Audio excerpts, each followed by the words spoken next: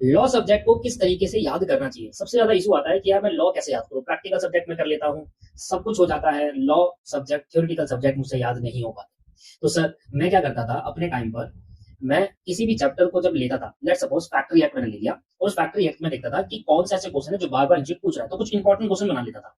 अब उन important question को क्या करता था मैं, हर दिन, जैसे लेट सपोज फैक्ट्री एक्ट में 10 क्वेश्चन है, तो हर दिन मैं 4 या 5 क्वेश्चन करता था, ज्यादा बर्डन नहीं लेता था। अगर 4-5 नहीं हो पा रहे तो मैं 2 या 3 कर लेता था। तो 3 कर लेता था एक दिन, 3 एक दिन, 3 एक दिन, और यकीन मानिए दोस्तों 3-3 दिन में, 3-3 2-2 दिन में मेरा पूरा पूरा चैप्टर रिवाइज हो जाता था। और सर मैं कैसे याद करता था, मैं एक टारगेट बनाता था कि मुझे 1 घंटे के अंदर सिर्फ 3 या 4 क्वेश्चन याद करने हैं बस।